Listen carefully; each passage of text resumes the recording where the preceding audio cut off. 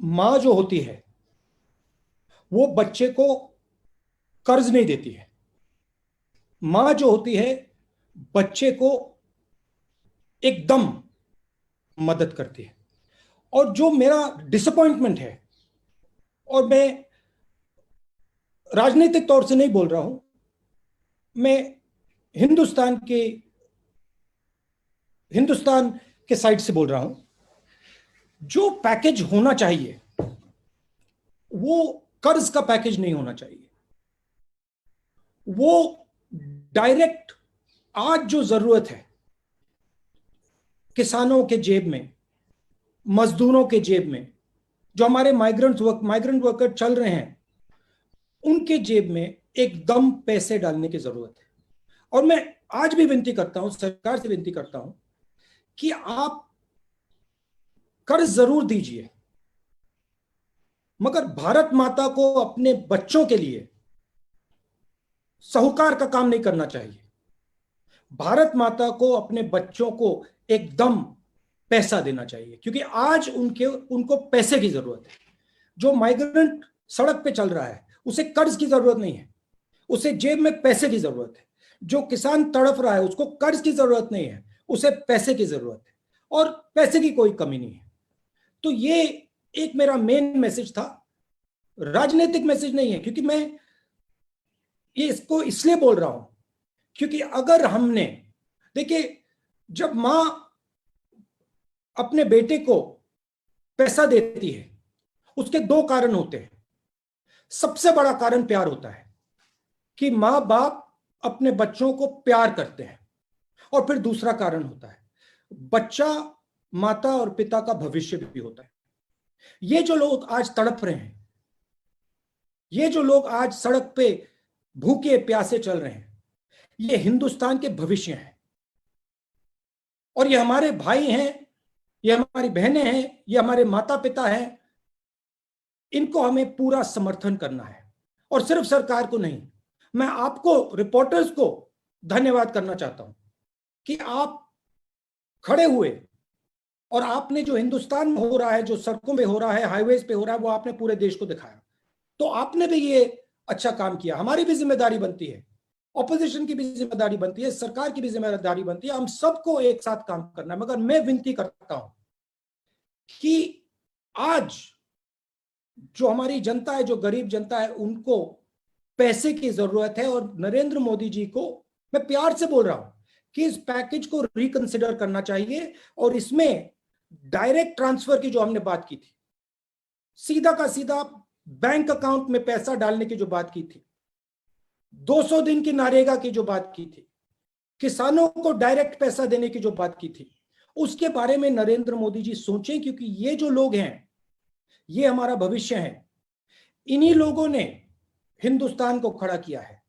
और मैंने सुना है कि पैसे ना देने का कारण रेटिंग्स की बात है। कहा जा रहा है कि अगर हमने आज थोड़ा डेफिसिट बढ़ा दिया तो जो बाहर की एजेंसीज हैं वो हिंदुस्तान की रेटिंग डाउन कर देंगे और हमारा नुकसान होगा। और मैं प्रधानमंत्री जी से प्यार से कहना चाहता हूं कि हमारी जो रेटिंग है वो हिंदुस्तान बनाती है। हमारी जो रेटिंग है उसको हमारे किसान बनाते हैं, मजदूर बनाते हैं, छोटे बिजनेस वाले बनाते हैं, बिग बिजनेस वाले बनाते हैं। आज उनको हमारी जरूरत है, उनको पैसे की जरूरत है। रेटिंग के बारे में आज मत सोचिए, विदेश के बारे में आज मत सोचिए, आज हिंदुस्तान के बारे में सोचिए। और इनको एकदम आप पैसा दीजिए और फिर देखिए जैसे ही ये लोग काम करना शुरू करेंगे, रेटिंग बिल्कुल सही हो जाएगी, कोई प्रॉब्लम नहीं आएगी रेटिंग में। हमें हिंदुस्तान के दिल को देखकर डिसीजन लेना है, विदेश को देखकर डिसीजन नहीं लेना है। तो ये मेरा मेन शुरुआत का मैसेज था। अब आप सवाल पूछिए। Thank you sir. मैं सबसे पहले उत्तर प्रदेश से अच्छा, दो चीजें मैं दो चीजें मैं कहना चाहता हूँ। और थोड़ा मैं शायद अंग्रेजी में भी बोल दूं कि जो मेरे साउथ के जो मित्र हैं उनको भी थोड़ा वो भी इसको यस सर। कर सके। Randeep, it's okay, should I speak in English? Absolutely, sir. For our friends from South India, there was a demand, sir.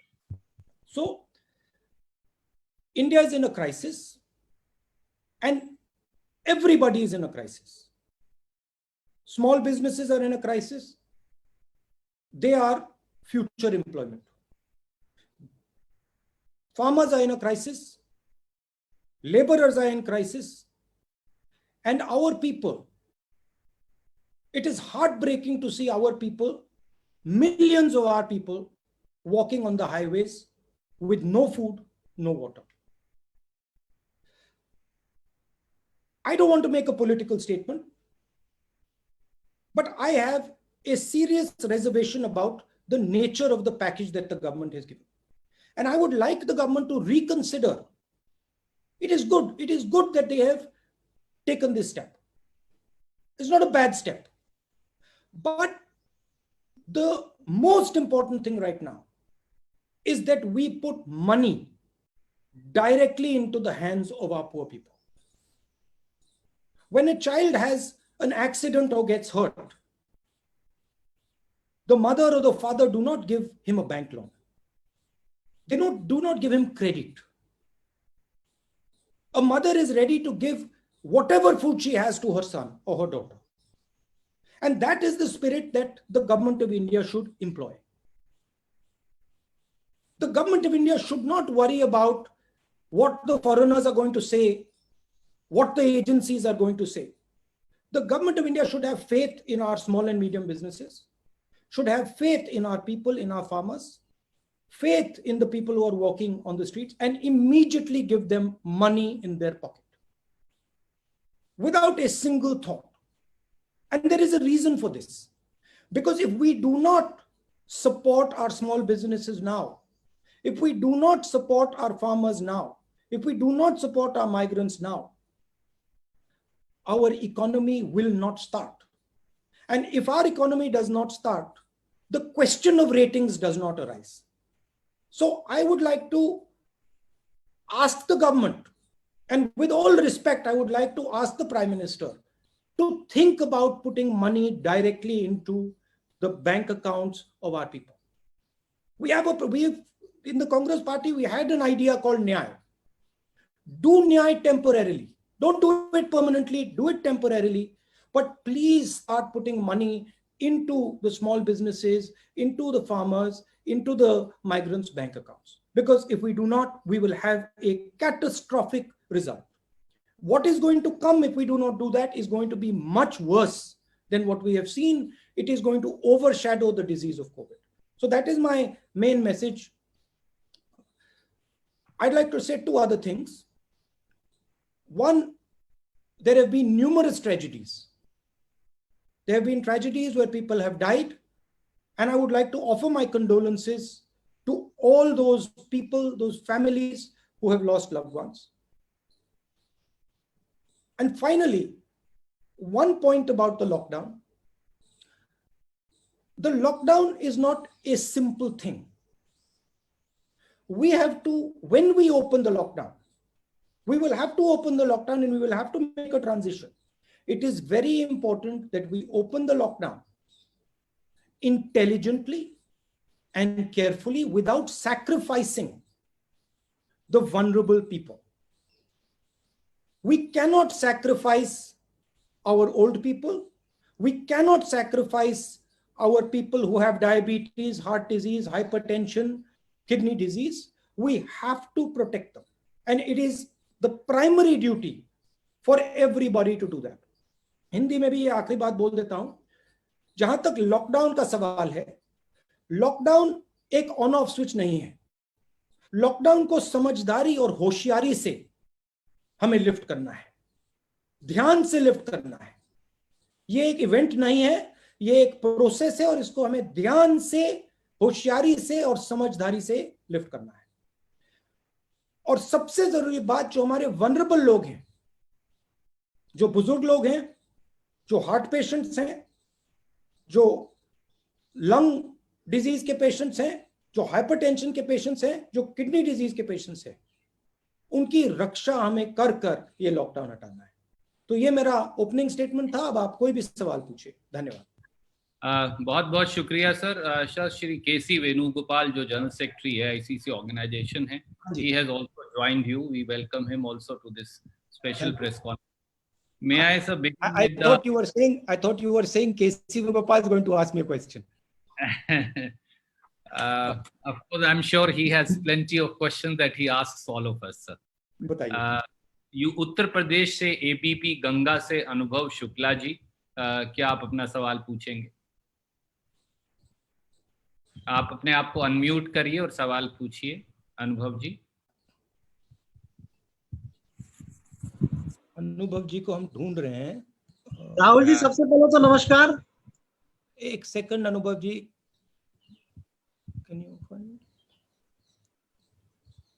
Rahul ji, आवाज जा रही है मेरी आप तक?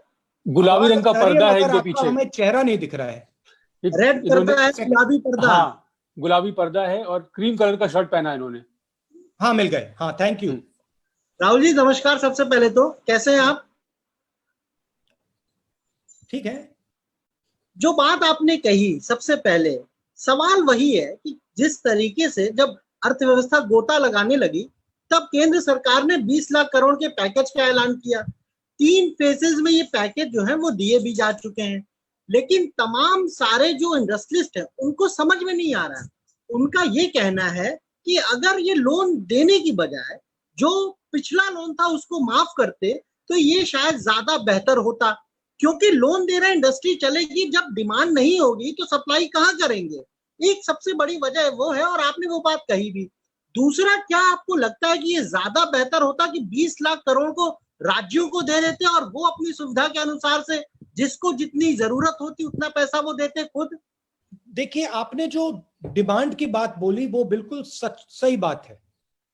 ये जो कोरोना का प्रॉब्लम है ये अजीब सा प्रॉब्लम है, क्योंकि इसमें दोनों साइड पे प्रॉब्लम आ रही है। नॉर्मली इकोनॉमिक्स में डिमांड का प्रॉब्लम होता है या सप्लाई का प्रॉब्लम होता है, इसमें डिमांड और सप्लाई दोनों बंद पड़े हैं। तो इसमें आपको सरकार को दोनों डिमांड और सप्लाई को एक साथ स्टार्ट करना है।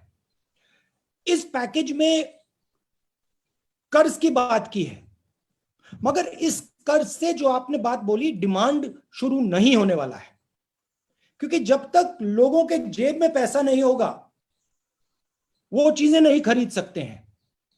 तो मैंने शुरुआत में बोला कि इस पैकेज को रिकंसिडर करना चाहिए नरेंद्र मोदी जी को, और उसमें एक डिमांड फायर करने का एक सेक्शन डालना चाहिए। उसमें न्याय जैसी योजना हो, आप उसको दूसरा नाम दे दीजिए, मगर डिमांड को स्टार्ट करने के लिए, डिमांड को फायर करने के लिए उसमें पैसा देने की जरूरत है। और अगर हमने पैसा नहीं दिया और डिमांड नहीं चालू हुआ तो बहुत बड़ा आर्थिक नुकसान होगा, बहुत बड़ा नुकसान देश को होने जा रहा है। राज्यों को मैंने कहा कि कोरोना से ज्यादा नुकसान जो आर्थिक नुकसान होगा वो होगा। नहीं, राज्यों को अगर पैसा देते तो ज्यादा बेहतर नहीं होता? नहीं, देखिए, नहीं, डिलीवरी आप कैसे भी करिए, पैसा जनता के जेब में आना चाहिए, क्योंकि जब जनता के जेब में जाएगा तो ही डिमांड क्रिएट होगा। वो मोदी जी के ऊपर है, मोदी जी के ऊपर है कैसे पहुंचाना है। अगर वो स्टेट गवर्नमेंट्स को यूज करना चाहते हैं वो भी कर सकते हैं, अगर वो नेशनल गवर्नमेंट डायरेक्ट करना चाहते हैं वो भी कर सकते हैं, मगर मेरा कहना है कि बहुत जरूरी है कि गरीब लोगों के जेब में डायरेक्ट पैसा जाए। धन्यवाद राहुल जी, धन्यवाद। Thank you. क्या मैं सब दोस्तों को ये रिक्वेस्ट कर सकता हूं कि एक राउंड में कृपया एक सवाल पूछें, दूसरे राउंड में हम कोशिश करेंगे। अब मैं सीधा देश के दूसरे कोने में केरल जाता हूं और एशिया नेट से Prashant ji is here from Asianet. Prashant ji, will you please ask your question? Prashant ji from Asianet in Kerala. Can you just yeah, okay. Yeah, can you see me, Mr. Gandhi? Yes, we can. No. He also Hello, has Mr. a pink Rahul ball. Gandhi. Thank you for this interaction. Prashant, yes, I see you. How are you? Yeah, fine. Actually, the package announced by the center that is mainly loan based, and they are saying that this is to increase the infrastructure in a long-term basis. Also, they are coming up with structural reforms. So, do you think that these measures will help? Because immediate cash transfer is what you ask, but do you think long-term measures like infrastructure development is also needed? As I am from Kerala, though Mr. Randeep Surjewala said that only one question can be asked. Can I also know about your opinion about the Kerala model of tackling this coronavirus, especially the situation in Wayanad, because your party is also at loggerhead with the government there.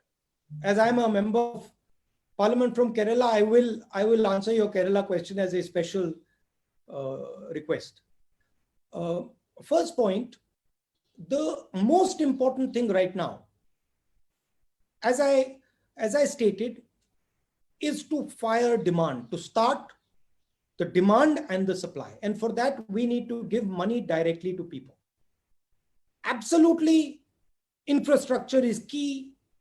Absolutely, we have to think about these things. But right now, the priority is putting money directly into the hands of the people. It's like when you want to start an engine, you have to put fuel into the carburetor. If you do not put fuel into the carburetor, you turn the key, nothing will happen. My worry is that when the engine starts, there will be no fuel in the carburetor, it will not start. Then we will have a very serious problem. Going to your Kerala question, look, Kerala has a history of success in healthcare and education. And this is something that has been going on for many years. It is there. It has been the case during UDF and during LDF. And I think it is credit to the people of Kerala that they put an effort and value these fundamental things. So I would call this success against coronavirus a success of every single person in Kerala. And I think it is a tremendous success of all Keralites, and it is an example for others. Thank you, sir. Thank you, Prashant ji. May I now go to the another side of the country, to Gujarat. Ronak Patel ji is here from ABP Asmita. Hi Rahul. थोड़ा रौनक पटेल जी, थोड़ा background आपका कैसा है? मेरा yellow है. Yellow है. Ronak ji has interviewed. He's right next to Vaishali on the screen. Rahul ji मिले आपको? नहीं, रौनक Patel. He's on screen number 2. या मिल गए. राहुल, मेरा सवाल ये था कि पिछले कुछ दिनों से जो भी वारदातें हो रही है, दुखद घटनाएं हो रही है, सभी खास करके जो मजदूर है, माइग्रेंट लेबर से, चाहे गुजरात से हो या अलग अलग स्टेट से, उनके साथ दुर्घटना भी होती है. ऐसे दृश्य भी आते हैं जो आपको झंझोड़ते हैं. आप क्या मानते हैं, इस स्थिति के लिए जिम्मेदार कौन है? उससे जुड़ा मेरा सवाल है कि आपको लग रहा है कि अलग अलग जो स्टेट है उनके बीच में कहीं ना कहीं कोऑर्डिनेशन की कमी है, चाहे गुजरात से मध्य प्रदेश हो, गुजरात से राजस्थान हो, गुजरात से महाराष्ट्र हो, महाराष्ट्र से और स्टेट हो, और क्या इस मुद्दे पर कांग्रेस ने कभी सरकार से सलाह मशवरा किया? देखिए, ये गलती देने का टाइम नहीं है, ये फिंगर पॉइंटिंग का टाइम नहीं है. आज हिंदुस्तान के सामने बड़ा प्रॉब्लम है और इस प्रॉब्लम को हमें रिजॉल्व करना. ये छोटा प्रॉब्लम नहीं है, ये बड़ा प्रॉब्लम है. जो लेबर की बात है, ये बहुत चैलेंजिंग प्रॉब्लम है. तो मैं फिंगर पॉइंटिंग नहीं करना चाहता हूं. मैं बस ये कहना चाहता हूं कि ये जो लोग सड़कों पे चल रहे हैं, इनकी मदद हम सबको करनी है. सिचुएशन ये है कि बीजेपी सरकार में है और उनके हाथ में सबसे बड़े औजार है, तो उनको उनकी ज्यादा जिम्मेदारी बनती है. हम ऑपोजिशन में, हमारा भी काम है, हमारा संगठन है, हमारा भी काम है, और जॉइंटली एक काम सबको करना पड़ेगा. स्टेट्स की कोऑर्डिनेशन में कोई कमी रह सकती है, मगर उसको रिजॉल्व करना है. हम ये नहीं कह सकते कि हाँ भैया मध्य प्रदेश और इसके बीच में कोऑर्डिनेशन की कमी है. वो बात छोड़िए, रेजोल्यूशन की बात करते हैं, आगे बढ़ते हैं. और जो आंधी आने वाली है, क्योंकि आने वाली है, वो जो चैलेंज है उसको हम एक साथ मिलकर कन्फ्रंट करें। Thank you, Ronak ji. May I now go to another part of the country, to Assam. From Parag News, Pranoy Bordoloi ji, please come in. Yeah, hello. Can you Hello. hear me? Yes, I can. Yes. Hi. Yeah, good afternoon, Nadir ji. Rahul ji. afternoon. Now, my question is same thing. The migrant issue is a big issue in India, and Assam is also no exception. So, lakhs of people from Assam, they are stranded in different parts of the India. So, what do you think? Whether the government of Assam as well as the government of India is doing appropriate steps? They are doing properly to evacuate the people from those places to their home states. As I already mentioned, it is a very challenging job. There might be discrepancies, but I don't want to raise or finger point about the discrepancies. This is not the time or the place. Whenever something like this happens, it is easy to point fingers. I don't want to do that. But our people are in pain. They are struggling. Millions of people are walking towards their homes. And it is our duty as the opposition, it is the duty of the government of India and all of us to protect them, to help them. And so I think the spirit should be one of trying to do as much as we can to make their life easier. And I think it is fundamental that we give direct money to them. It is very important that we get at their most difficult time in their life. They are not going to have a more difficult time than this. It is important that we are holding their hand and that they understand and that they believe that India is holding their hand and India is not going to let them down. And I commend my friends in the media for showing the tragedy that is unfolding, because if you had not shown the tragedy that is unfolding, we would not be able to build the type of pressure that we are building. Thank you, sir. May I now come back to Rajasthan, and Yogesh Sharma ji from First India, kindly ask your question. Yogesh Sharma ji, First India. Yogesh ji, आपका राहुल जी आवाज आ रही है? आपका camera. जी आवाज आ रही है? Yogesh Sharma ji, okay जी जी। राहुल जी, बड़ा अहम सवाल है और सबसे पहले तो आपका बहुत बहुत आभार कि आपने हम सबसे बात की। राहुल जी, सबसे जरूरी सवाल, आपने 12 फरवरी को ट्वीट किया था और 12 फरवरी को आपने ट्वीट कर केंद्र की सरकार को आगाह कर दिया था, इस भयानक आपदा को लेकर ट्वीट कर दिया था, बता दिया था और ये बता दिया था कि ये संकट हर राज्य में फैलेगा। क्या मानते हैं आप बड़ी चूक हुई? और उसके बाद आज जब पूरा देश में हजारों लाखों प्रवासी किसी न किसी राज्य में पैदल चल रहे हैं, किसी न किसी राज्य में पैदल चलते हुए इनकी मौत भी हो रही है, बच्चे, बूढ़े, छोटे बच्चे, और ऐसी भयावह हालात पैदा हुए, तो क्या लगता है केंद्र और राज्य दोनों सरकारें वो अपना विश्वास उन्होंने प्रवासियों के मन में खो दिया? और ये तमाम जो हालात है उसको लेकर क्या कांग्रेस पार्टी का कोई एक्शन प्लान है आपकी नजर में? आपने किराए को लेकर जरूर पहल की सोनिया जी ने, लेकिन क्या किराया काफी होगा, क्योंकि लोग तो पैदल चल रहे हैं? ठीक नहीं, हमारे स्टेट्स में हम पूरी तरह सपोर्ट देने की कोशिश कर रहे हैं। हमारे स्टेट्स में हम डायरेक्टली पैसा दे रहे हैं, छत्तीसगढ़ सरकार डायरेक्टली पैसा दे रही है। हम मनरेगा पे फोकस कर रहे हैं, मनरेगा को हम डबल करने की कोशिश कर रहे हैं। तो हमारी स्ट्रैटेजी है। जहां तक अर्ली वार्निंग की बात है, सच है कि मैंने ये बात फरवरी में उठाई, मगर देखिए अब ये कहना उसका कोई मतलब नहीं है। अब किसने उठाई, कब उठाई, क्यों उठाई, वो अलग बात है, हो गया वो। ये जो तूफान है ये अभी आया नहीं है। ये आप मत सोचिए कि तूफान आ गया है, तूफान अभी सामने आ रहा है, और वो तूफान आर्थिक तूफान है और उससे बहुत सारे लोगों को चोट लगने वाली है। तो फिंगर पॉइंटिंग नहीं करनी, मगर जो ऑपोजिशन का काम है, मैं आपसे क्यों बात कर रहा हूं? क्योंकि मैं सरकार पे दबाव डालना चाहता हूं।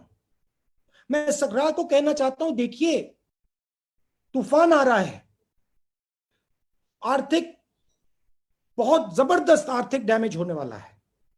और आप डायरेक्टली पैसा डालिए, लोगों के जेब में पैसा डालिए, डिमांड क्रिएट करिए, तो मैं दबाव डालने के लिए कर रहा हूं। और मैं जानता हूं कि अगर हम थोड़ा दबाव डालें और अच्छी तरह से समझाएं तो सरकार सुन भी सकती है। और मुझे लगता है, मुझे भरोसा है कि अगर सरकार के लोग विपक्ष की बात अच्छी तरह सुने, क्योंकि उसमें थोड़ी सच्चाई है, अगर अच्छी तरह सुने वो तो हमारी बात मान लेंगे। इसलिए मैं दबाव डाल रहा हूं थोड़ा। ऑपोजिशन का काम यही है। बहुत बहुत शुक्रिया सर। शुक्रिया योगेश जी। मैं अब बिहार में टीवी 18 बिहार झारखंड दिवाकर जी हैं, कृपया वो आएंगे। दिवाकर जी अपना सवाल पूछिए। नमस्कार दिवाकर जी। राहुल जी, आपने माइग्रेंट लेबर्स की बड़ी समस्या आपने, भैया थोड़ा जोर से बोलेंगे प्लीज। हाँ राहुल जी, आपने माइग्रेंट लेबर्स का जिक्र किया। प्रवासी मजदूर जो कोरोना का संकट काल है सबसे ज्यादा प्रभावित हुआ है, और आपने कहा कि लॉन्ग टर्म सॉल्यूशन ढूंढने की जरूरत है। अब वक्त आ गया है कि लॉन्ग टर्म सॉल्यूशन होना चाहिए। मेरा सवाल है कि आप प्रधानमंत्री होते अगर, तो आप 3 कौन से बड़े कदम उठाते जिससे फौरी तौर पर राहत होती और लॉन्ग टर्म सॉल्यूशन ढूंढा जाता? क्या उदारीकरण की वो व्यवस्था जिम्मेदार नहीं है जो गांव, खेतों और हमारे घर की दहलीजों से रोजगार खत्म कर दिए, मौके खत्म कर दिए, और गिनती के कुछ शहर खड़े किए, आइलैंड खड़े किए, जहां रोजगार को लेकर हम भटकते हैं और पलायन को मजबूर होते हैं। और देश का पूर्वी हिस्सा खासतौर पे बड़ी तादाद में प्रवासी मजदूर आते हैं, चाहे बिहार हो, यूपी हो, झारखंड हो, पश्चिम बंगाल हो, उड़ीसा हो, यहाँ रोजगार क्रिएट होते। तो क्या उदारीकरण की वो व्यवस्था जिम्मेदार नहीं है, और वो सरकारें जो आगे ले जा रही थी वो व्यवस्था, उस व्यवस्था को वो जिम्मेदार नहीं है? आप देखिए, तरीके से अपनी बात रखते रहे। मैं प्रधानमंत्री नहीं हूं, तो ये आपका हाइपोथेटिकल क्वेश्चन है, तो मैं आपका हाइपोथेटिकल क्वेश्चन तो जवाब नहीं दूंगा। मगर मैं ऑपोजिशन लीडर हूं, तो मैं आपको बता सकता हूं कि मुझे शॉर्ट टर्म में, मीडियम टर्म में, लॉन्ग टर्म में मेरी क्या सोच है। शॉर्ट टर्म में डिमांड को आप फायर कीजिए। शॉर्ट टर्म में आप जो छोटे और मीडियम बिजनेस वाले हैं, जो हिंदुस्तान को रोजगार देते हैं, उनकी आप रक्षा कीजिए। और जो आर्थिक तूफान आने वाला है उसके लिए आप प्रिपरेशन शुरू कर दीजिए। मेडिकल साइड से जो हमारे बुजुर्ग लोग हैं, जो हाई रिस्क लोग हैं, उनको आप प्रोटेक्ट कीजिए। ये हुई बात शॉर्ट टर्म की। मीडियम टर्म की बात जो है, ये जो स्मॉल एंड मीडियम बिजनेसेस हैं, इनको आप सपोर्ट कीजिए, पूरे देश में सपोर्ट कीजिए। और in small and medium businesses जो 40% रोजगार हिंदुस्तान को दिलवाते हैं, इनको आप फाइनेंशियल सपोर्ट दे के इनको आप बड़ा कीजिए। और बिहार जैसे प्रदेशों में ही रोजगार तैयार कीजिए। तो ये ब्रॉडली मैंने आपको बताया। कभी आप मुझसे गहराई में बात करना चाहते हैं तो मैं आपसे गहराई में बात कर सकता हूं इनके बारे में। बट ब्रॉडली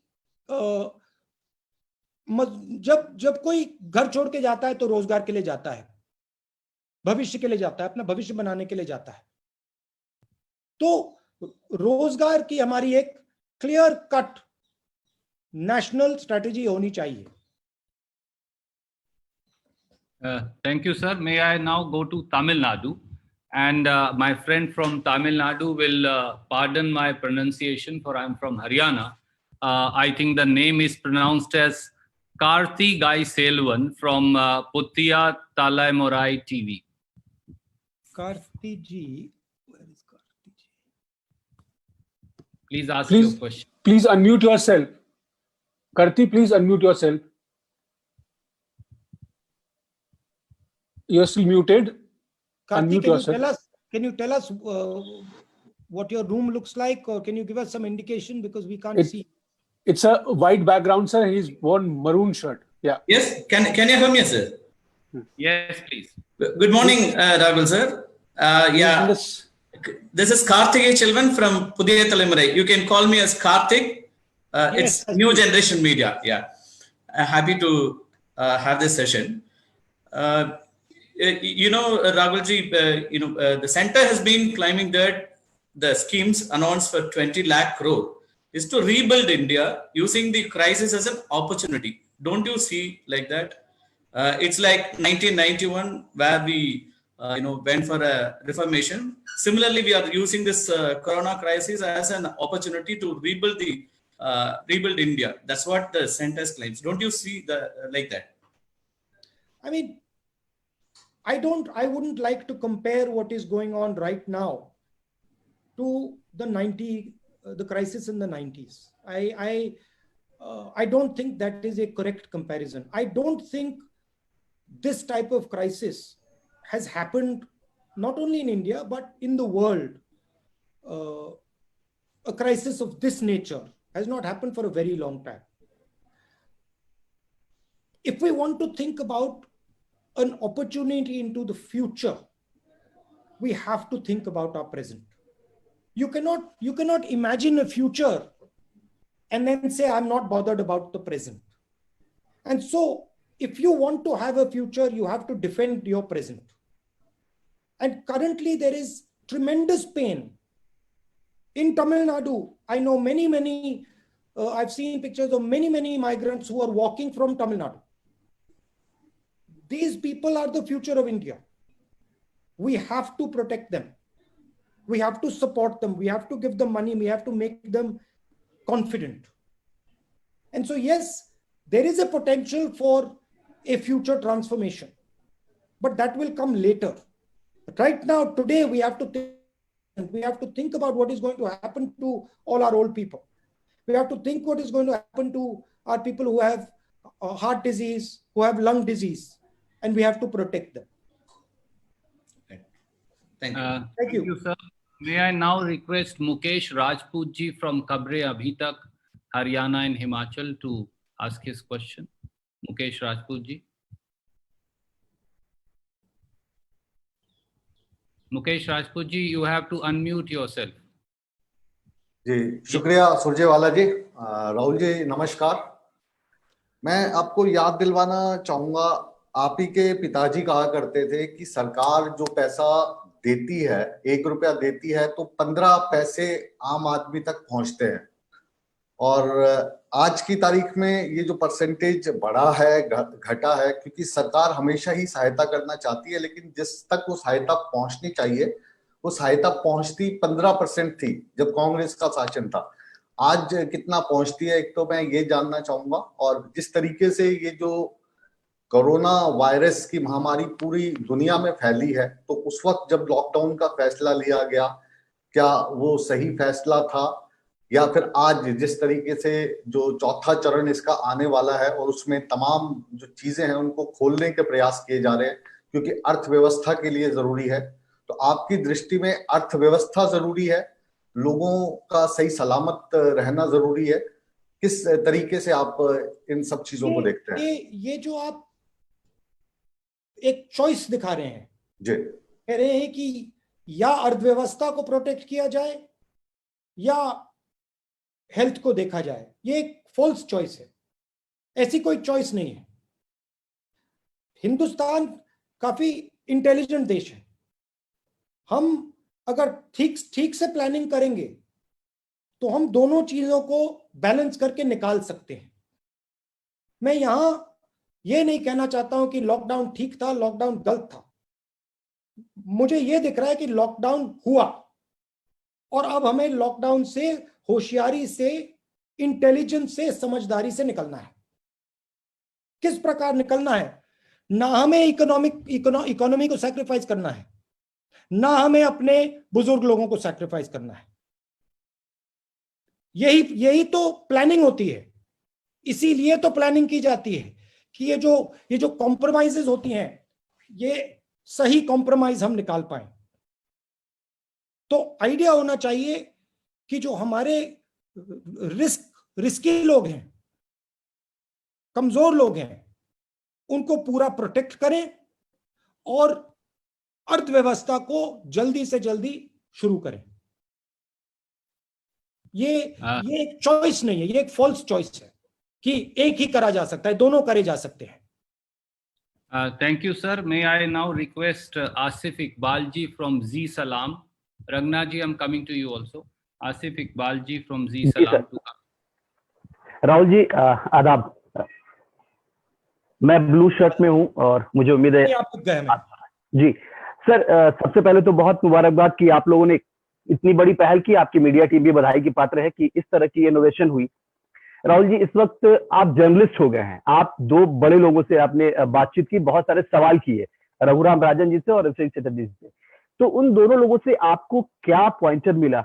वो ऐसे कौन से गुरु मंत्र कह ले या तमाम सवालों के आपके जवाब कह ले जो आर्थिक अर्थव्यवस्था को मजबूत करने के लिए उन लोगों ने आपको कुछ पॉइंटर दिए हों? वो पूरा हिंदुस्तान जानना चाहता है। और उसी में छोटा सवाल और कि क्या आपको लगता है, क्योंकि आपने बहुत ही अच्छी बात कही कि मैं इस वक्त कोई सवाल जवाब नहीं करना चाहता, सरकार पे कोई आरोप नहीं लगाना चाहता, मैं बस आगे की मुझे चिंता है, क्योंकि आप बार बार ये बात कह रहे हैं कि आगे तूफान आने वाला है। वो कौन सा ऐसा तूफान होगा जिसके जवाब के लिए आपको जो सजेशन है जो आप केंद्र सरकार को देना चाहते हैं? क्योंकि आपने कहा कि मैं दबाव बनाना चाहता सरकार पे कि सरकार हमारी तमाम सवालों को गंभीरता समझे और जाने और उसका इलाज ढूंढे, तो प्लीज। देखिए, आपका पहला सवाल क्या था? सॉरी सर, दोनों लोगों से आप मुलाकात की, आपने सवाल किए, रघुराम राजन जी और देखिए, मैं जर्नलिस्ट नहीं बन रहा हूं, तो आपको मतलब घबराना नहीं चाहिए, मैं आपका रोल नहीं अपना रहा हूं।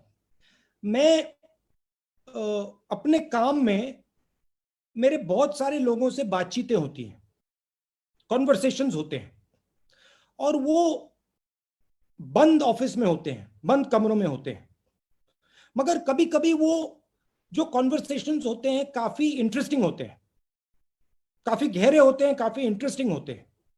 तो मैंने सोचा कि क्यों नहीं मेरे जो कॉन्वर्सेशंस होते हैं, जो मेरी जो बातचीत होती है, एक झलक मैं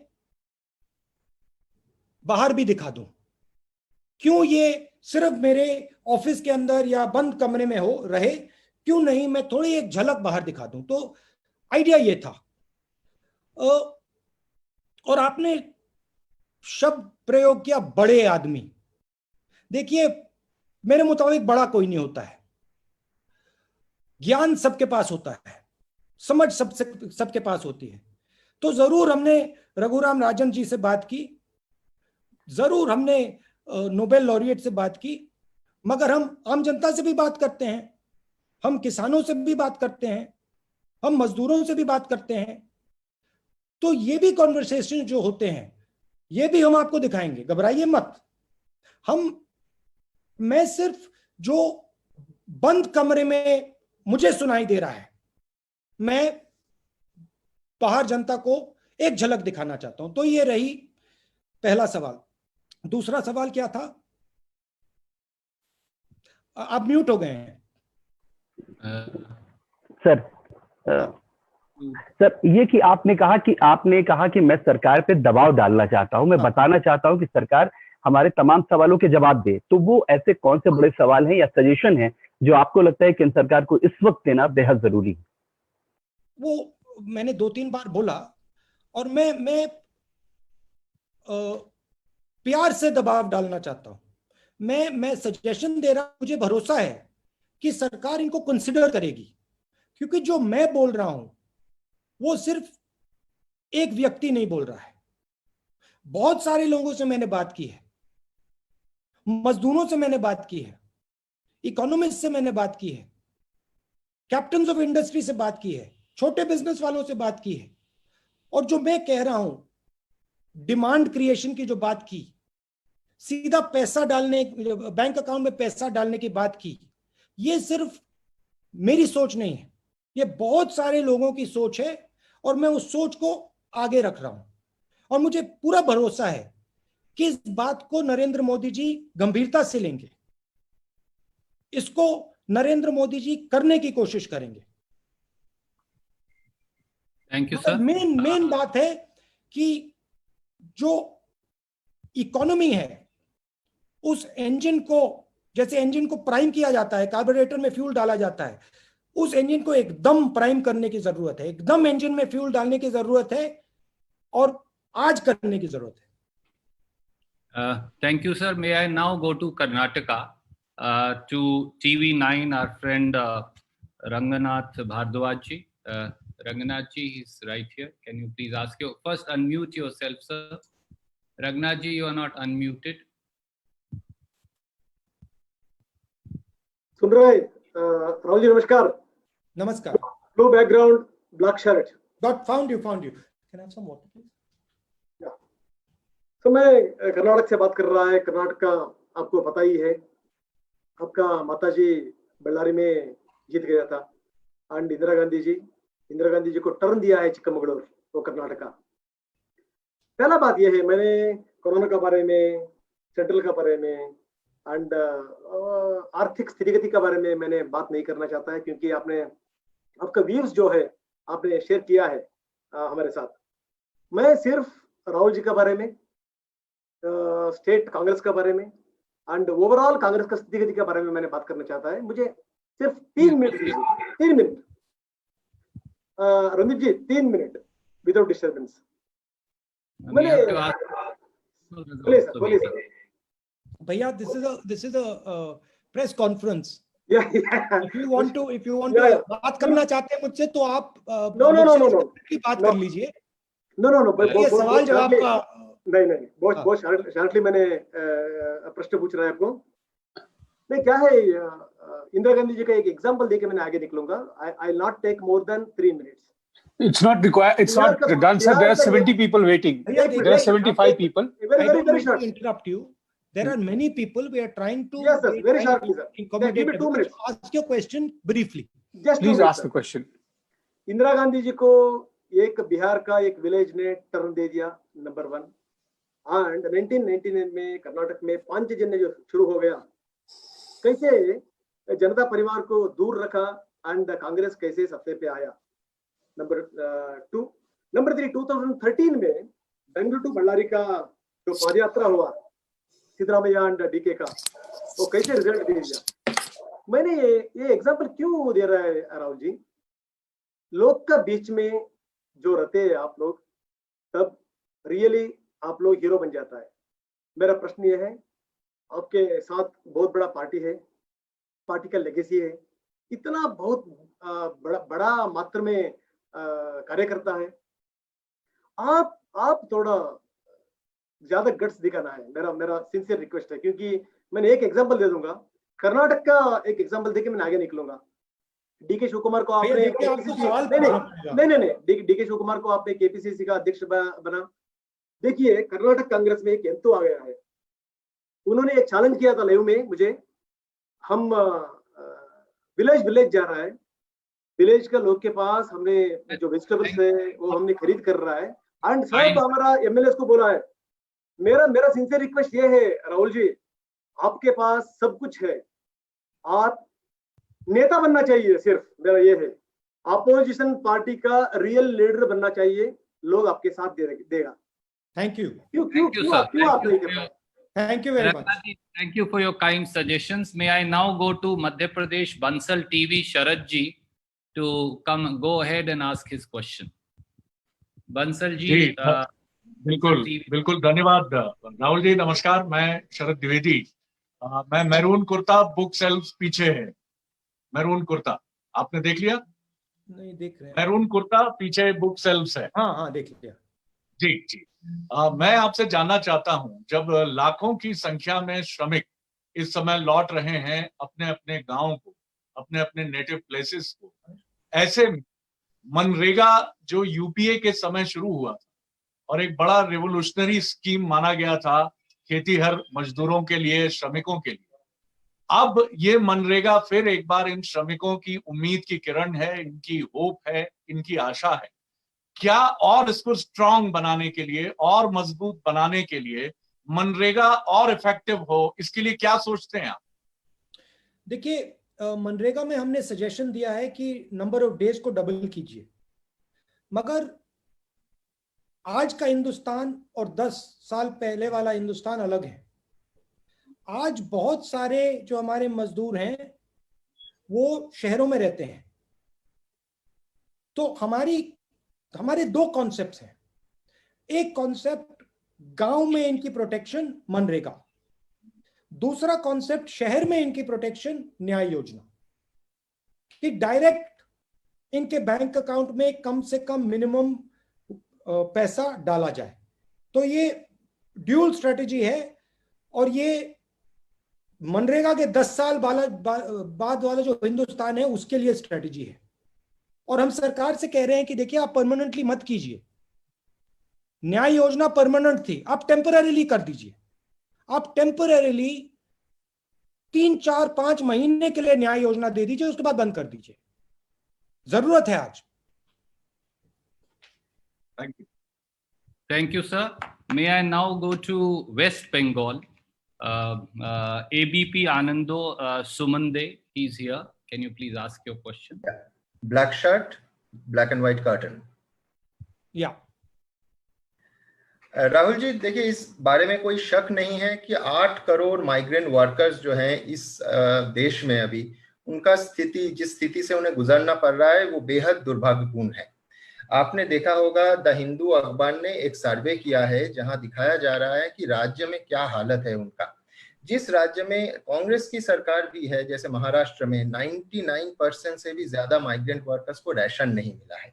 आपने सही कहा है कि फिंगर पॉइंटिंग नहीं करना चाहिए, लेकिन जहां आपका मिलीजुली सरकार भी है, क्या महाराष्ट्र सरकार पे कांग्रेस दबाव डालेगा कि इन लोगों के लिए कुछ करना चाहिए?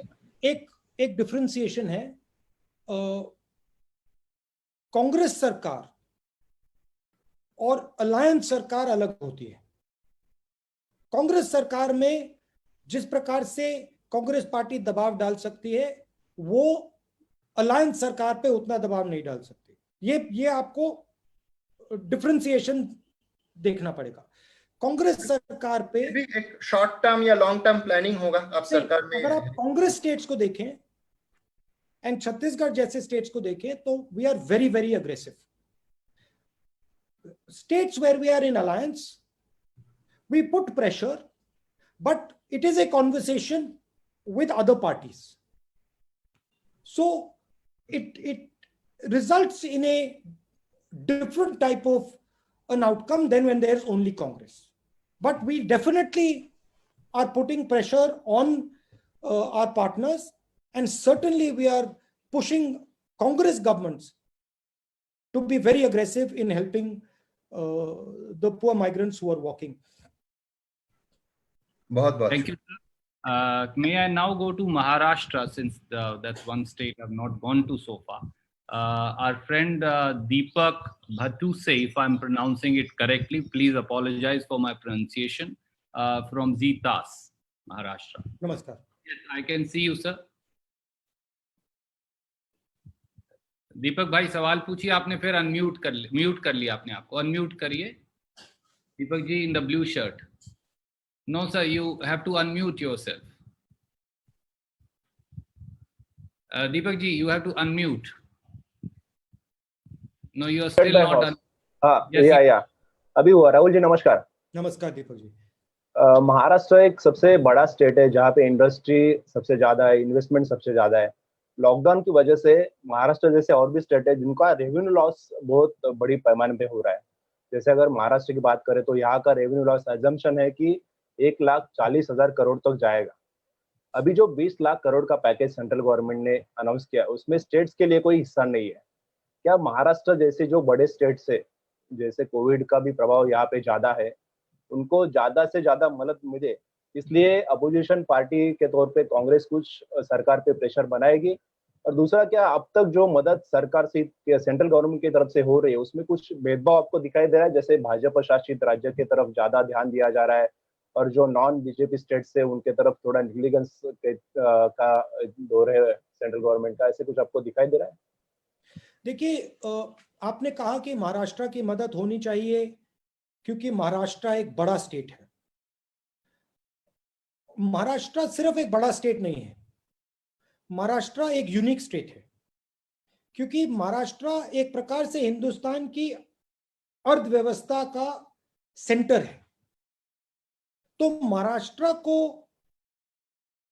बिल्कुल पूरी सपोर्ट मिलनी चाहिए, सब स्टेट्स को मिलनी चाहिए। और जितनी सपोर्ट सरकार स्टेट्स को देगी उतना फायदा होगा क्योंकि वही स्टेट्स ही डिलीवर कर सकते हैं पैसा। स्टेट्स ही लीड कर सकते हैं, कोविड की लड़ाई को लीड कर सकते हैं। सेंटर का काम मैनेजमेंट का काम है, स्टेट का काम ऑपरेशंस का काम है। स्टेट का काम कोविड को की लड़ाई लड़ने का है, सेंटर का मैनेज करने का है। तो जरूर मतलब पूरा समर्थन देना चाहिए। और ये एक कंप्लेंट आ रही है कि सेंट्रल गवर्नमेंट जिस प्रकार से स्टेट्स को पैसा देना चाहिए वो नहीं कर रही है। देखिए स्ट्रैटेजी अलग हो सकती है, उनकी सोच हो सकती है कि नहीं हमें सेंट्रलाइज करके करना है। मेरी सोच है कि सेंट्रलाइज करके बात नहीं बनेगी। तो मुझे लगता है कि स्टेट्स को सपोर्ट देना चाहिए और स्टेट्स के थ्रू काम करना चाहिए। Thank you, sir. I am in the process now winding up the press conference. There are many questions, but I'll still try and take some. May I now request from Andhra Pradesh, our friend Rajashekhar ji from NTV, Chief Editor of NTV, Rajashekhar ji. Please ask your question. Where is it? Rajashekhar ji, will you please unmute yourself?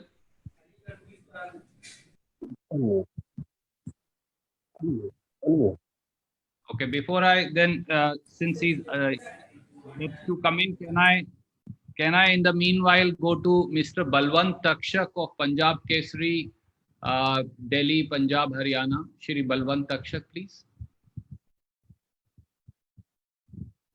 Balwant ji please अपने आप को unmute करिए। राहुल जी नमस्कार। नमस्कार। एक second, background में पर्दे हैं। पर्दे तो बहुत सारों के पीछे हैं, बताइए। हाँ ओके जी, रेड मेरा हाथ ऊपर उठा रखा है मैंने। दिख गए, आप दिख गए राहुल जी। हाँ जी, आरटीआई में एक खुलासा हुआ है। हाँ, आरटीआई में एक खुलासा हुआ है कि विदेशों से आने वाले अधिकांश यात्रियों को मार्च महीने में स्क्रीनिंग से छूट दी गई थी। क्या आपको लगता है कि ये गंभीर चूक थी जिसकी वजह से हम 2 महीने से लॉकडाउन झेलने को मजबूर है और देश की अर्थव्यवस्था तहस नहस हुई है? इसके साथ ही प्रधानमंत्री ने जो 20 लाख करोड़ का पैकेज घोषित किया है, इससे लोगों के चेहरे पर तसल्ली और संतोष दिखाई देना चाहिए था, लेकिन बेचैनी और पीड़ा ज्यादा है। क्या वजह है इसकी? इसकी वजह यह है कि ये क्रेडिट पैकेज है, इसमें पैसा नहीं है, पैसा डायरेक्टली नहीं दिया जा रहा है। और पूरा हिंदुस्तान जानता है कि आज इस इमरजेंसी में, इस मुश्किल में पैसा डायरेक्ट जाना चाहिए, बैंक अकाउंट में जाना चाहिए, किसान के हाथ में जाना चाहिए, मजदूरों के हाथ में जाना चाहिए, स्मॉल मीडियम बिजनेसेस के हाथ में जाना चाहिए, और वो नहीं हुआ है। और इसीलिए ये बातचीत आज हम कर रहे हैं कि मैं चाहता हूं कि सरकार इसको रिकंसिडर करे, क्योंकि इससे नुकसान होने वाला है। जहां तक फिंगर पॉइंटिंग बात है, किसने क्या किया, वो मैं नहीं करना चाहता। वो आप मुझसे 3, 4, 5 महीने बाद पूछना।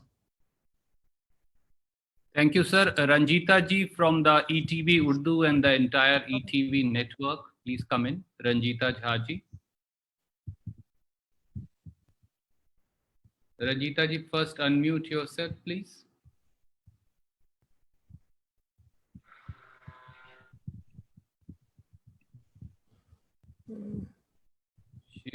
She's right here, but I think she can't hear me, sir. Ranjita ji, can you hear me? I think that she can't hear me, so I'll then now go to Jharkhand. Satish Singh ji from TV 18. Satish Singh ji, please अपना सवाल पूछिए। Santosh Singh sir. Sorry, Santosh Singh ji from TV 18. Hi, Rahul ji. Santosh Kumar ji. Santosh Kumar, yes, right. Rahul ji नमस्कार। नमस्कार। मेरा सवाल migrant labourer से है, क्योंकि हमारे स्टेट से लगभग 10 लाख जो रजिस्टर्ड हैं अभी माइग्रेंट लेबरर हैं, जो कि अभी आने को वेट कर रहे हैं। ट्रेनें चल रही हैं, कुछ आ चुके, कुछ इंतजार में हैं। लेकिन सवाल ये उठता है कि उनके आने का, ये जो अभी आने का सिलसिला शुरू हुआ, ये आया क्यों सिचुएशन ऐसा? क्या इसको ऐसा नहीं रोका जा सकता था उनको वहीं पर? वहां पर क्या उनकी व्यवस्था नहीं की जा सकती थी? क्योंकि उन सब के रहने के लिए वहां जगह थी, उनके पास स्टोव थे, उनके पास खाना बनाने के लिए सब कुछ था। क्या ये जो राशन की व्यवस्था अभी यहाँ सरकार कर रही है वो वहीं अगर हो जाती तो शायद अभी, क्योंकि झारखंड बहुत ही गरीब स्टेट है, आर्थिक हालत अगर देखें तो यहाँ पर हेल्थ फैसिलिटीज उतने नहीं है। अब हमारे लिए बड़ी चुनौती जो है वो अब इनके स्वास्थ्य को लेकर है कि अगर यहाँ कोरोना गांवों तक फैला तो हमारे पास कैसे हम इन्हें बचाएंगे। पहला सवाल तो ये है। दूसरा, आप कह रहे हैं कि डीबीटी, हमारे सरकार ने यहाँ जितने भी लेबरर्स हैं उनके फैमिली को 2,000 रुपए ट्रांसफर पर मंथ करने की बात कही है और की भी जा रही है। तो ये जो सिलसिला है ये कब तक अभी चलेगा? आपका क्या नजरिया है? जो डीबीटी की बात कर रहे हैं आप, कितने डीबीटी की बात कर रहे हैं और कितने समय के लिए कर रहे हैं? तीसरा, क्योंकि लॉन्ग टर्म में डीबीटी बहुत बड़ा सॉल्यूशन बनता नहीं है, तो लॉन्ग टर्म के लिए क्या नजरिया है? क्योंकि ये लेबरर्स जो हैं ये स्किल्ड हैं, इनको क्या हम अपने ही स्टेट में अगर काम की व्यवस्था करें, इसके लिए लेबर रिफॉर्म्स की बात करनी पड़ेगी, इसके लिए कई ऐसे चेंजेस की बात करनी पड़ेगी। देखिए, जो न्याय योजना का कॉन्सेप्ट हमारा था वो लॉन्ग टर्म कॉन्सेप्ट था और हमने कैलकुलेट किया था, बिल्कुल सस्टेनेबल तरीके से वो किया जा सकता था। मगर कोरोना के समय हमने सरकार को एडवाइस किया कि आप टेम्परेरीली 3-4-5 महीने के लिए न्याय योजना जैसा प्रोग्राम 50% लोगों को, सबसे गरीब लोगों को आप डायरेक्ट पैसा दीजिए। आइडिया डिमांड को स्टार्ट करने के लिए, और ये किया जा सकता है, ये कोई बहुत महंगी चीज नहीं है। ये 65-70 हजार करोड़ में ये काम किया जा सकता है, हमने कैलकुलेट किया है।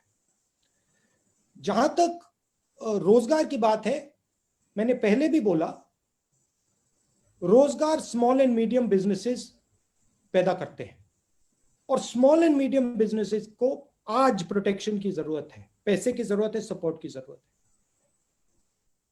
जो समझदारी और होशियारी से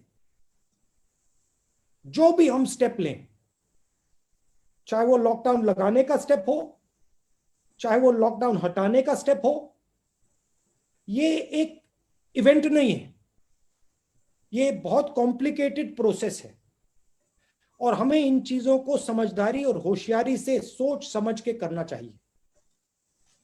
और मैं आगे की बात कर रहा हूं, अभी ये बात खत्म नहीं हुई है। देखिए, अभी लॉकडाउन को खोलने की बात हो रही है। अगर हमने बिना सोचे समझे लॉकडाउन को खोल दिया, नुकसान होगा। मगर खोलना है तो सोच के समझ के लोगों को प्रोटेक्ट करके करना है। माइग्रेंट्स की बात, माइग्रेंट्स को सेफली पहुंचाना था, आज भी वो चल रहे हैं। मैंने सरकार को रेकमेंड किया है कि जल्दी से जल्दी इनकी मदद करके इनको होम स्टेट तक पहुंचाया जाए और फिर इनको टेस्ट किया जाए और इनको सेफली घर पहुंचाया जाए। Thank you, sir. I am now concluding. There are many questions, but I want to first come to Odisha because we haven't been able to give a chance there. From Kalinga TV, Somejit Patnaik ji, editor-in-chief, is here. Somejit ji, will you please ask your question? Odisha Kalinga TV.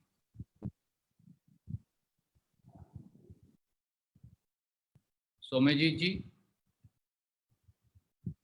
Can you tell us your background? What is the background? Can you just describe a little bit?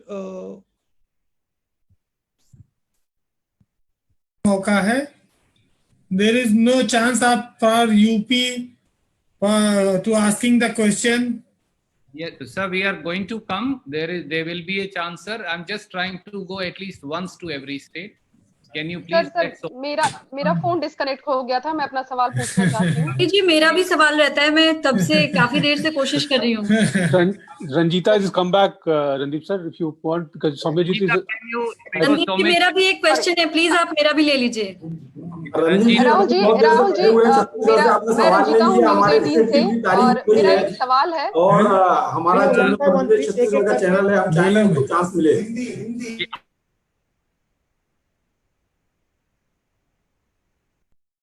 आदरणीय साथियों, मेरा आपसे एक अनुरोध है, अगर हम सब बोलेंगे तो किसी का प्रश्न नहीं सुन पाएगा। रंजीता जी, will you now first come in since you had got disconnected, and then we will go to other friends. We will go to Chhattisgarh, sir, don't worry. जी राहुल जी, मेरा सवाल है आपसे कि आपने जितने भी वीडियो कॉन्फ्रेंसिंग के जरिए प्रेस कॉन्फ्रेंस किया है, हमेशा आपने श्रमिक मजदूरों की समस्याओं को रखा। आपने हमेशा कहा कि मजदूरों को लेकर सरकार को एक प्लान बनाना चाहिए।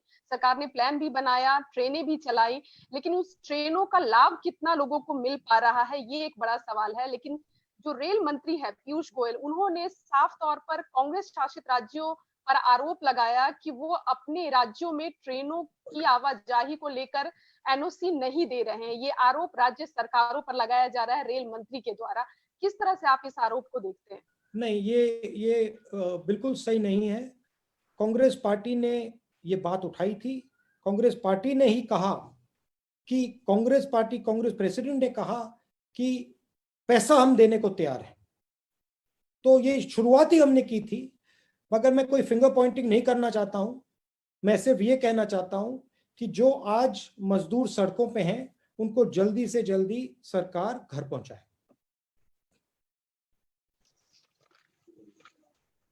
Thank you. Shirish Mishra ji from IBC Chhattisgarh.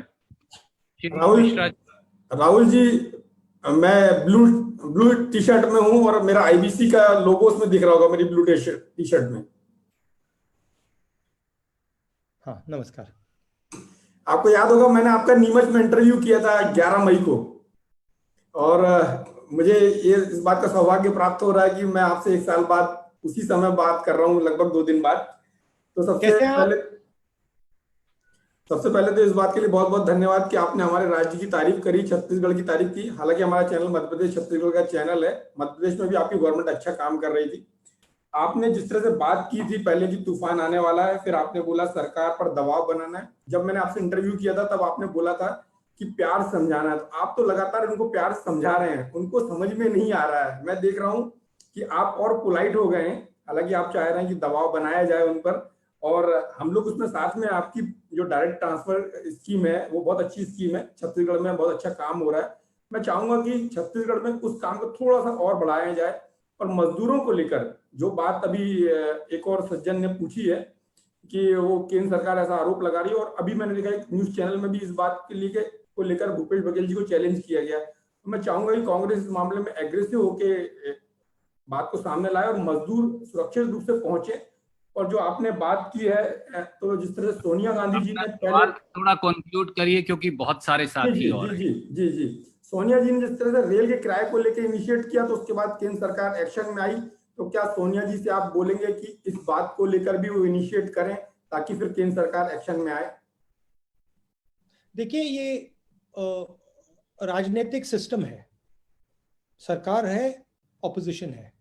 हमारा रोल दबाव बनाने का रोल है। हम दबाव नफरत से बना सकते हैं, प्यार से भी बना सकते हैं, अच्छी तरह बोल सकते हैं,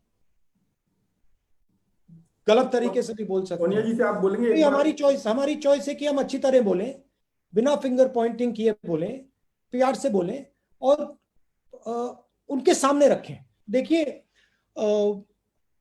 हमने 2-3 सुझाव जो दिए थे, पैकेज में 1-2 सवाल एक्सेप्ट किए गए, मगर हमारा जो पैकेज की जो फिलॉसफी थी कि डिमांड और सप्लाई को स्टार्ट करना है, पैसा जेब में देना है और क्रेडिट देना है। वो जो दूसरा पार्ट था जेब वाला इन्होंने नहीं किया, तो हम उस पर थोड़ा प्रेशर बना रहे हैं। छत्तीसगढ़ में कुछ दिन पहले मेरी चीफ मिनिस्टर से बात हुई और मुझे बता रहे थे कि वो डायरेक्टली अब पैसा लोगों के जेब में डाल रहे हैं। तो काफी सक्सेसफुल चीज है, काफी अच्छी चीज है, और यही हमारी कोशिश है कि बाकी स्टेट्स में भी ये काम शुरू हो जाए। मगर देखिए, एक प्रॉब्लम है जो मैं आपको क्लियर बता देता हूं, और वो सिर्फ छत्तीसगढ़ का प्रॉब्लम नहीं है, वो हिंदुस्तान के हर प्रदेश का प्रॉब्लम है कि जितना पैसा सेंट्रल लीडरशिप को, सेंट्रल गवर्नमेंट को, प्रदेशों को देना चाहिए, वो दे नहीं रही है। तो वो भी एक बॉटलनेक बन रहा है। वो सब चीफ मिनिस्टर्स यही कह रहे हैं, बीजेपी के चीफ मिनिस्टर भी ये कह रहे हैं। Thank you sir. Sir Orissa से हम कनेक्ट नहीं कर पाए थे। राधा माधव मिश्रा जी हैं, editor OTV, he is here. Please ask your question. He is logged in from the studio itself. Yes. जी राहुल जी नमस्कार। दो सवाल है मेरा। पहले तो आप पहले भी बोल चुके हैं कि जो कोरोना के लिए टेस्टिंग होता है, RT-PCR टेस्टिंग, उसे एग्रेसिव और स्ट्रेटेजिकली करना चाहिए। तो क्या उसमें कहीं पर चूक हुई है अभी तक? क्योंकि अभी हर्षवर्धन स्वास्थ्य मंत्री जी बोल रहे हैं कि हम इसी महीने में 1 लाख पर डे टेस्ट करने के लिए अभी सक्षम हुए हैं। तो दूसरा सवाल है कि जैसे कि प्रधानमंत्री जी ने बोला है कि लोकल के लिए वोकल बने, तो स्वदेशी प्रोडक्ट के लिए क्या ये सही मौका है? क्योंकि सारे जो माइग्रेंट लेबरर्स हैं अभी गांव लौट रहे हैं, तो जो लोकल प्रोडक्ट्स है, स्वदेशी है, खादी है, उसके लिए एक बढ़िया मौका है, ये एक सही बात है, उसे बढ़ावा देना चाहिए। नहीं, वो लोकल वोकल ये सब बात ठीक है, मगर अभी जेब में पैसे की जरूरत है। तो लोकल वोकल जब ही होगा जब उसके पेट में भोजन होगा, तो इसलिए जल्दी से जल्दी उसको सपोर्ट देनी है। कोरोना के बाद, जैसे पहले किसी ने कहा कि कोरोना के बाद हम अपॉर्चुनिटी निकाल सकते हैं, मगर आज हमें कोरोना से लड़ना है। दूसरा मेरा सवाल था टेस्टिंग को लेकर, क्या एग्रेसिव टेस्टिंग में कहीं पर We will take your second question in the finger Poynting की बात हो जाएगी, टेस्टिंग ठीक नहीं हुई। अब देखिए जो हुआ, अब हमें आगे देखना है। 2-3 प्रॉब्लम्स हैं। एक, इकोनॉमी को उसका स्टार्ट करना है, डिमांड क्रिएट करना है। दूसरा, जो हमारे लेबरर्स हैं, जो मजदूर वापस घर जा रहे हैं, उनको कंफर्ट देनी है, कॉन्फिडेंस देनी है, उनको भरोसा देना है कि वो वापस शहर आ सकते हैं, बिना डरे आ सकते हैं। तो ये 2-3 बड़ी चीजें करनी है। टेस्टिंग की बात आप मुझसे 3-4 महीने बाद पूछिए, मैं आपको पूरा बता दूंगा। Thank you sir. मैं 1.25 घंटा से ज्यादा हो गया है और लगभग 23-24 प्रश्न हो चुके हैं। हमने बाकी के सब सवाल आपने जो आप भेजते जा रहे हैं, मैं नोट करता जा रहा हूं। जो सेकेंड इंटरेक्शन राहुल जी करेंगे, मैं ये प्रयास करूंगा कि वो सारे सवाल जो इस बार नहीं हम ले पाए, उन सारे चैनल्स और साथियों से वो भी हम ले। with permission of Rahul ji, I will say now that if we can conclude, we have about 200 more questions, sir. Can I Randeep ji, can I just say 2 things? Yes sir. So आप लोगों को थोड़ी comfort मिल जाए। देखिए, हम national media का press conference करते थे और एक्चुअली 2 मीडियाज हैं, एक नेशनल मीडिया है, एक रीजनल मीडिया है। हमारी कोशिश रहेगी कि हम दोनों के साथ बात करें। तो नेशनल मीडिया का प्रेस कॉन्फ्रेंस होगा और रीजनल मीडिया का भी प्रेस कॉन्फ्रेंस होगा, और ये पहला प्रेस कॉन्फ्रेंस है, मगर आप भरोसा करिए ये आखिरी प्रेस कॉन्फ्रेंस रीजनल मीडिया का नहीं होगा। ये रेगुलरली हम आपके साथ बातचीत करेंगे, और जो लोग आज सवाल नहीं पूछ पाए वो कल जरूर सवाल पूछ सकेंगे। और रणदीप जी, जिन्होंने आज पूछा उनको आप लाइन में पीछे कर दीजिए, और जो नहीं पूछ पाए उनको आप लाइन में आगे कर दीजिए। और फिर से कंक्लूड करने के लिए मैं आप सबसे कहना चाहता हूं कि आप सबका बहुत बहुत धन्यवाद, और जो आपने रोल प्ले किया है, जो आपने रिस्क लिया है, जो आपने लेबरर्स की बात उठाई है, सड़कों पे आप उतरे हैं, इसके लिए आपको बहुत बहुत धन्यवाद। पूरा हिंदुस्तान आपको धन्यवाद करता है। नमस्कार।